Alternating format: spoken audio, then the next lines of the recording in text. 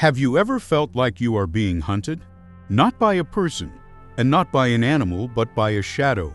A shadow that follows you into your sleep, whispers in your ear when you wake up, and tells you that you aren't ready, that you aren't strong enough, and that the best thing you can do is run. Most people spend their entire lives running. They run from difficult conversations. They run from their past. And they run from their dreams because they are afraid to fail. But here is the secret the world never tells you.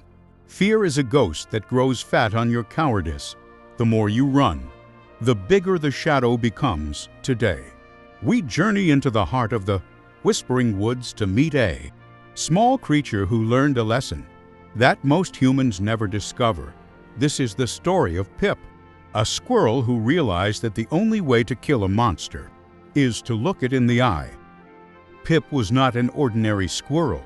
While the others played in the sun and leaped between the high branches of the great oak, Pip lived in the gray zone.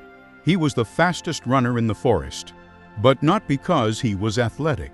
He was fast because he was terrified. Every rustle of a leaf was a predator.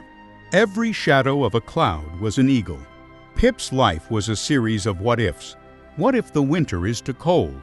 What if the nuts run out? What if I fall?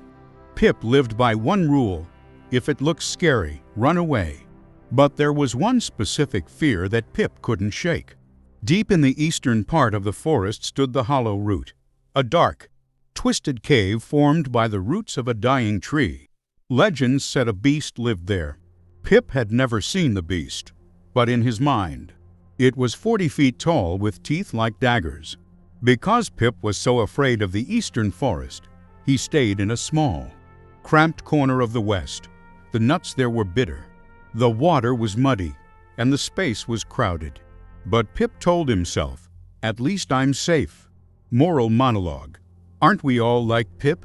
We stay in jobs we hate, in relationships that drain us, and in habits that destroy us simply because we are too afraid of the hollow root of our lives.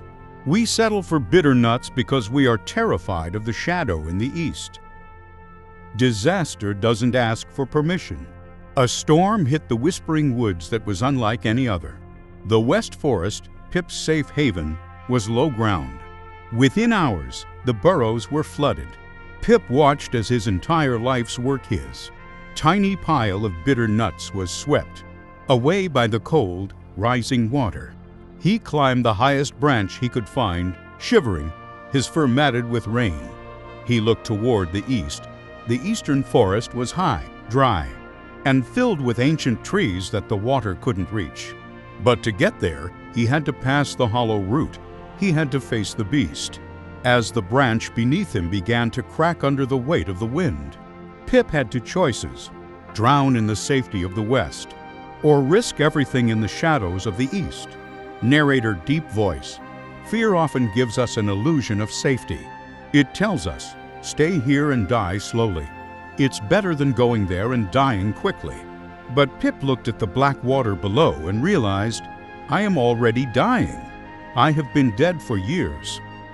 With his heart pounding like a drum against his ribs, Pip reached the mouth of the hollow root. The air was cold. The smell of decay was thick.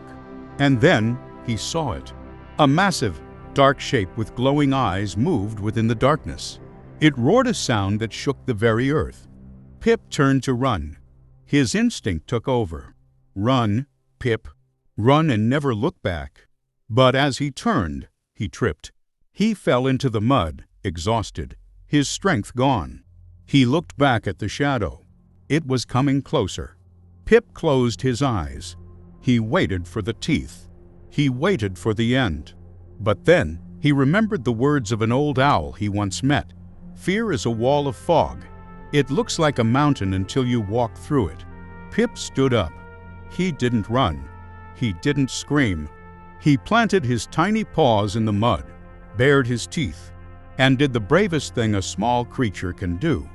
He stepped toward the shadow. Come on then. Pip squeaked, his voice trembling but defiant. Eat me, but I will not run anymore. Pip stopped. He blinked. There was no beast. There were no fangs. There was only wood, wind, and stone. The roar was just the wind whistling through the hollow branches. The shadow was only a trick of the moonlight against the mist. Pip began to laugh. He laughed until tears rolled down his furry cheeks. He had spent his entire life years of anxiety, years of hunger, years of hiding running from a pile of sticks. He walked past the hollow root and entered the eastern forest. It was paradise. The nuts were large and sweet. The sun was warm. The trees were strong. Pip realized that the only thing that had kept him from this heaven was a ghost he had invited into his own mind. How many hollow roots are in your life right now? You are avoiding that phone call. You are avoiding that doctor's visit. You are avoiding starting that business because you think there is a monster waiting for you in the shadows. But listen to me. The pain of facing your fear lasts for a minute. The pain of running from your fear lasts a lifetime. Your problems are like shadows. When you turn and run, they follow you, growing larger the further you go.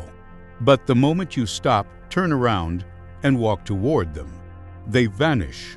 Because a shadow cannot exist where there is light, and your courage is the brightest light you possess. Stop settling for the bitter nuts of the West.